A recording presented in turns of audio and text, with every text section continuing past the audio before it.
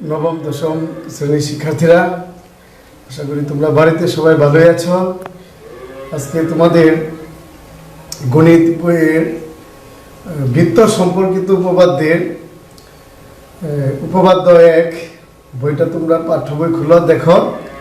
উপপাদ্য 1 বৃত্ত। আজকের পাঠ আমার হলো বৃত্ত।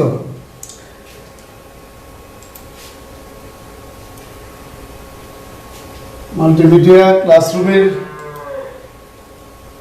সবাইকে জানাই আমাদের ফুলের শুভেচ্ছা। আমার পরিচিতি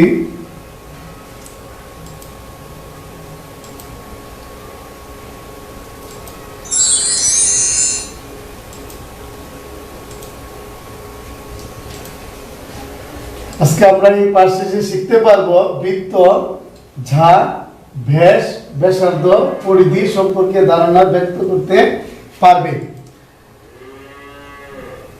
2 বৃত্তের কেন্দ্র ও ব্যাস ভিন্ন কোন ঝায়ের মধ্যবিন্দুর সংযোজক রেখাংশ ওই ঝায়ের উপর লম্ব প্রমাণ করতে পারবে। আমরা তো অনেক জিনিসের মাধ্যমে পরিচিত, যেমন গাড়ির চাকা, তোমরা অনেকে দেখেছো গাড়ির চাকা, তারপর চুড়ি, এসব কি বৃত্তাকার। তাহলে আজকে আমরা এই যে চিত্রে দেখতে পাচ্ছি এটা কি গাড়ির একটা চাকার মতো, এই চাকাটার মতো, এটা আমরা পূর্বে শ্রেণীতে জানছো এটা একটা কি বৃত্ত। তাহলে আজকের পাঠ হলো বৃত্ত। তাহলে প্রথমে আমরা ও কেন্দ্র বিশিষ্ট, সবাই জ্যামিতি বক্স রেডি করে একটা বৃত্ত আঁকো। এটা হলো বৃত্তের কি, এটা কেন্দ্রবিন্দু, এটা হলো বৃত্তের কেন্দ্রবিন্দু, এটা হলো নাম দিলাম আমরা ও কেন্দ্র। কেন্দ্রের মধ্য দিয়ে যে রেখাটা, এটাকে আমরা কি বলতে পারি, এবি রেখাটা কি ব্যাস। কেন্দ্রের মধ্য দিয়ে সংযোজক রেখাংশকে কি বলা হয়, ব্যাস। তাহলে এবি হলো ব্যাস। কেন্দ্র থেকে এই যে বৃত্তের সম্পূর্ণ যে দৈর্ঘ্য, এই দৈর্ঘ্যটাকে বলা হয় কি পরিধি। বৃত্তের সম্পূর্ণ দৈর্ঘ্যকে কি বলে, পরিধি। আর এই কেন্দ্র থেকে এই পরিধি পর্যন্ত দূরত্বকে বলা হয় ব্যাসার্ধ। কেন্দ্র থেকে পরিধি পর্যন্ত দূরত্বকে বলা হয় ব্যাসার্ধ। তাহলে আমরা বলতে পারি ও থেকে এ পর্যন্ত ব্যাসার্ধ, আবার ও থেকে বি পর্যন্ত কি ব্যাসার্ধ। তাহলে ও বিটা হলো ব্যাসার্ধ। কেন্দ্রের মধ্য দিয়ে যে রেখাটা, দুইটা বিন্দু সংযোজক রেখাটা, এটা কি ব্যাস। আর কেন্দ্রের বাইরে যে রেখাটা, এটাকে আমরা কি বলি, ঝা। পূর্বের শ্রেণীতে তো অষ্টম শ্রেণীতে এগুলা শিখেছি। এখন আমরা ঝায়ের নাম দিলাম সিডি, ঝায়ের নাম সিডি। সিডি হলো ঝা, সিডি হলো কি ঝা। আর পরিধি, এটা একটু আগে বলেছি, সম্পূর্ণ মিলে হলো পরিধি। তাহলে বৃত্ত কাকে বলে, যদি কোনো সমতলে অবস্থিত একটি বক্ররেখায় যে কোনো বিন্দু ওই বক্ররেখা দ্বারা সীমাবদ্ধ ক্ষেত্রে মধ্যবর্তী একটি নির্দিষ্ট বিন্দুতে হতে সর্বদা সমদূরবর্তী হয়, তবে ওই বক্ররেখাটিকে বৃত্ত বলা হয়। যা বৃত্তের যে কোনো দুইটি বিন্দু সংযোজক রেখাংশকে যা বলে। বেশ, বৃত্তের কোনো যা যদি কেন্দ্র দিয়ে যায়, তোমরা একটু আগে লক্ষ্য করছো বৃত্তের যাটা কি কেন্দ্র দিয়ে গেছে, তাহলে কেন্দ্র দিয়ে যায়, তবে যাটিকে আমরা কি বলবো, বৃত্তের ব্যাস। ব্যাসার্ধ, ব্যাসের অর্ধেক দৈর্ঘ্যকে ব্যাসার্ধ বলে, ব্যাসের অর্ধেকটা হলো ব্যাসার্ধ। পরিধি, বৃত্তের সম্পূর্ণ দৈর্ঘ্যকে পরিধি বলি, বৃত্তের সম্পূর্ণ দৈর্ঘ্যকে পরিধি বলি। তাহলে ও কেন্দ্র বিশিষ্ট একটা বৃত্ত আমরা উপপাদ্য 1 প্রমাণ করব। এখন এই কেন্দ্রের বাইরে যে রেখাটা এটাকে আমরা কি বলবো ঝা কি বলবো ঝা তাহলে ঝায়ের নাম দাও তোমরা পেন্সিল দিয়ে আঁকো এটা অঙ্কন করো এবি ঝা এবি ঝা এই এবি ঝায়ের মধ্যবিন্দু মাঝখানে একটা বিন্দু কেন্দ্র বরাবর মাঝখানে একটা মধ্যবিন্দু দিও দাও এম মধ্যবিন্দু হলো এম তার মানে এবি ঝায়ের মধ্যবিন্দু এম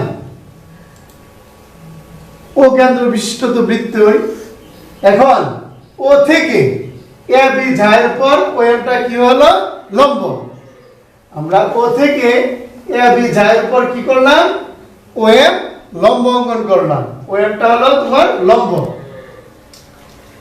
এখন স্কেল ধরে কেন্দ্র থেকে এ পর বিন্দু যোগ করো ও কমা এ যোগ করো আবার ও থেকে বি যোগ করো ও কমা বি যোগ করি যোগ করার পরে দেখো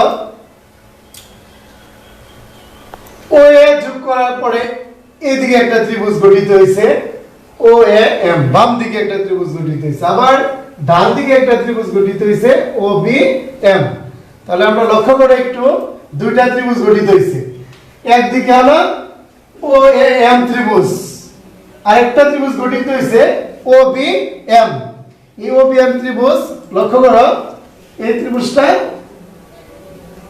তাহলে ও এম লম্ব আঁকার পরে ও এ এবং ও বি যোগ করার পর দুইটি ত্রিভুজে গঠিত হয়েছে এই ত্রিভুজটা হলো ও এম আর এই ত্রিভুজটা হলো তোমার ও বি এম দুইটা ত্রিভুজে ভাগ হয়েছে এখন একটু ব্ল্যাকবোর্ড সবাই খাতায় লেখো উপপাদ্য 1 দেখো এখানে ফলো করো আমরা চিত্র দেখছি এখানে ও কেন্দ্র বিশিষ্ট একটা কি বৃত্ত এই কেন্দ্রের বাইরে যে রেখাটা দেখতে পাচ্ছ এই কেন্দ্রের বাইরে যে যা এটা এ বি কিন্তু ব্যাস নয় কেন্দ্রের মধ্য দিয়ে গেলে ব্যাস কিন্তু এ বি কি নয় ব্যাস নয় এখন এ বি যায়ের মাঝখানে আমরা মধ্যবিন্দু দিছি কি এম মধ্যবিন্দু হলো এম এখন আমরা ও কমা এম কি করি ও বিন্দু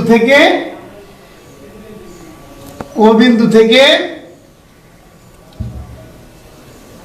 এ বি যায়ের উপর কি করলাম এখানে লম্ব পরে ও কমা এ আর ও কমা বি কি করি যোগ করি যোগ করার পরে ত্রিভুজ গঠিত হয়েছে ও এম আর এদিকে হলো ও বি এম এখন লেখো বিশেষ নির্বাচন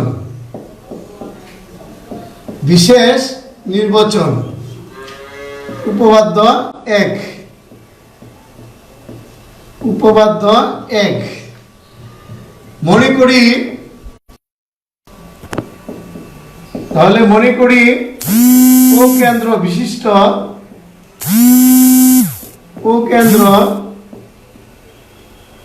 ও কেন্দ্র বিশিষ্ট বৃত্তে এ বি কি নয় ব্যাস নয় তাহলে এ বি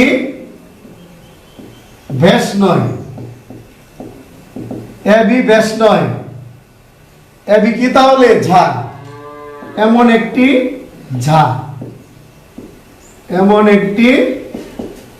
ঝা এই ঝায়ের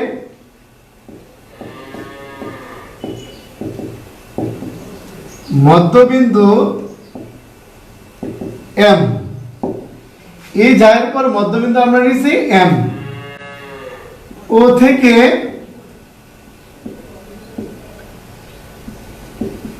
এ বি ঝায়ের উপর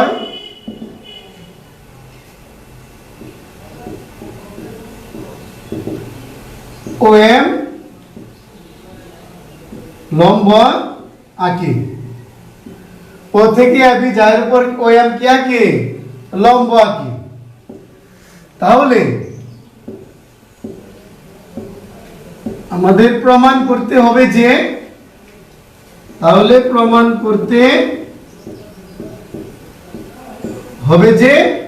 ও এম রেখাংশটা এ বি ঝায়ের উপর লম্ব ও এম রেখাংশটা এ বি ঝায়ের উপর কি লম্ব ও এম রেখাংশটা এ বি ঝায়ের উপর কি লম্ব এটা আজকে আমরা প্রমাণ করব এটা।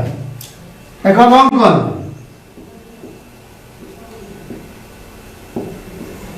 অঙ্কন কি আমরা প্রথমে কি করছি, ও এ ও বি যোগ করি। লেখো ও এ এবং ও বি যোগ করি।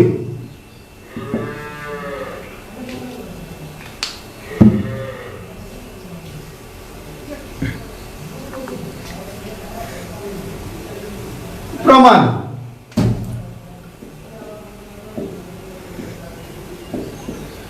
প্রমাণ, এই প্রমাণ এখন দেখো ত্রিভুজ গঠিত হয়েছে ও এম আর এটা কি ও বি এম। তাহলে লেখো ত্রিভুজ ও এ এম এবং ত্রিভুজ ও বি এম, এই দুইটা ত্রিভুজে একটু ফলো করো, এখানে ও এ এম আর এটা হলো ও বি এম, এই দুইটা ত্রিভুজের মাঝে ও এ আর এই ত্রিভুজের ও এ আর এই ত্রিভুজের ও বি দুইটা সমান। আবার এম যেহেতু মধ্যবিন্দু, এম যেহেতু মধ্যবিন্দু, তাহলে এই ত্রিভুজের এম আর এই ত্রিভুজের বিএম সমান।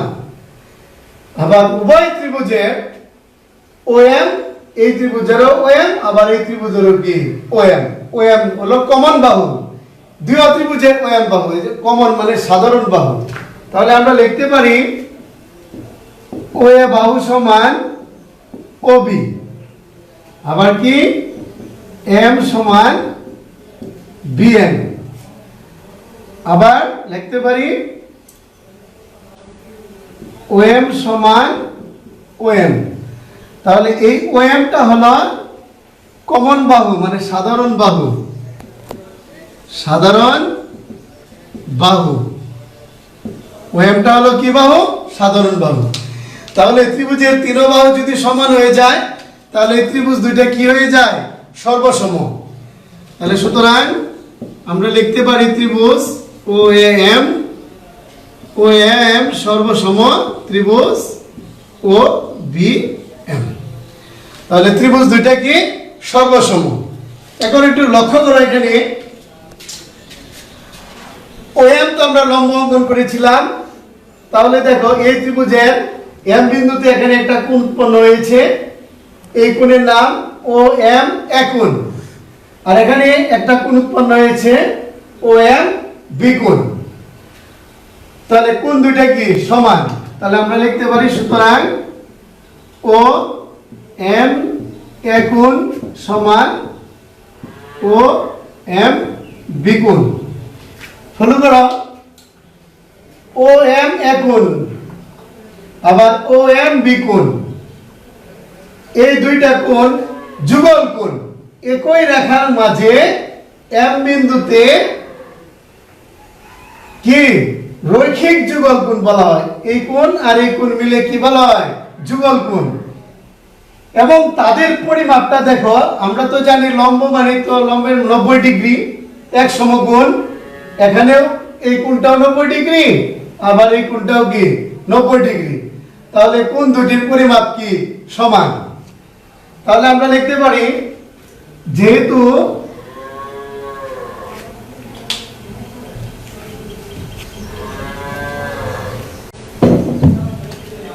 যেহেতু যেহেতু কোণদ্বয় রৈখিক যুগল কোণ, যুগল মানে এক জোড়া মানে দুইটা কোণ, তাহলে যেহেতু রৈখিক যুগল কোণ, এই কোণটা আর এই কোণটা মিলে হলো যুগল কোণ।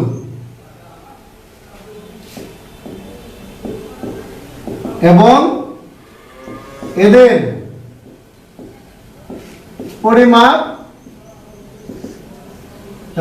পরিমাপ সমান, এবং এদের পরিমাপটা কি সমান। এই দেখো এখানেও 90 ডিগ্রি, এখানেও কত ডিগ্রি 90 ডিগ্রি, কোণের পরিমাপ কি সমান। তাহলে সুতরাং ও এম একোণ সমান OM বি কোণ সমান 1 সমকোণ, এক সমকোণ। তার মানে এই কোণটা এক সমকোণ, এই কোণটাও কি এক সমকোণ। যেহেতু সমকোণ মানে তোমার 90 ডিগ্রি, তাহলে আমরা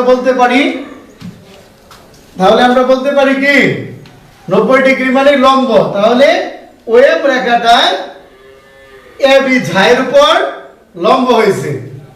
তাহলে ওএম রেখাংশ এবি ঝায়ের উপর কি হয়েছে? লম্ব হয়েছে। তাহলে সুতরাং ওএম লম্ব এবি, অর্থাৎ ওএম রেখাংশ এবি ঝায়ের উপর লম্ব, প্রমাণিত। তাহলে আমরা প্রমাণ করলাম ওএম লম্ব এবি।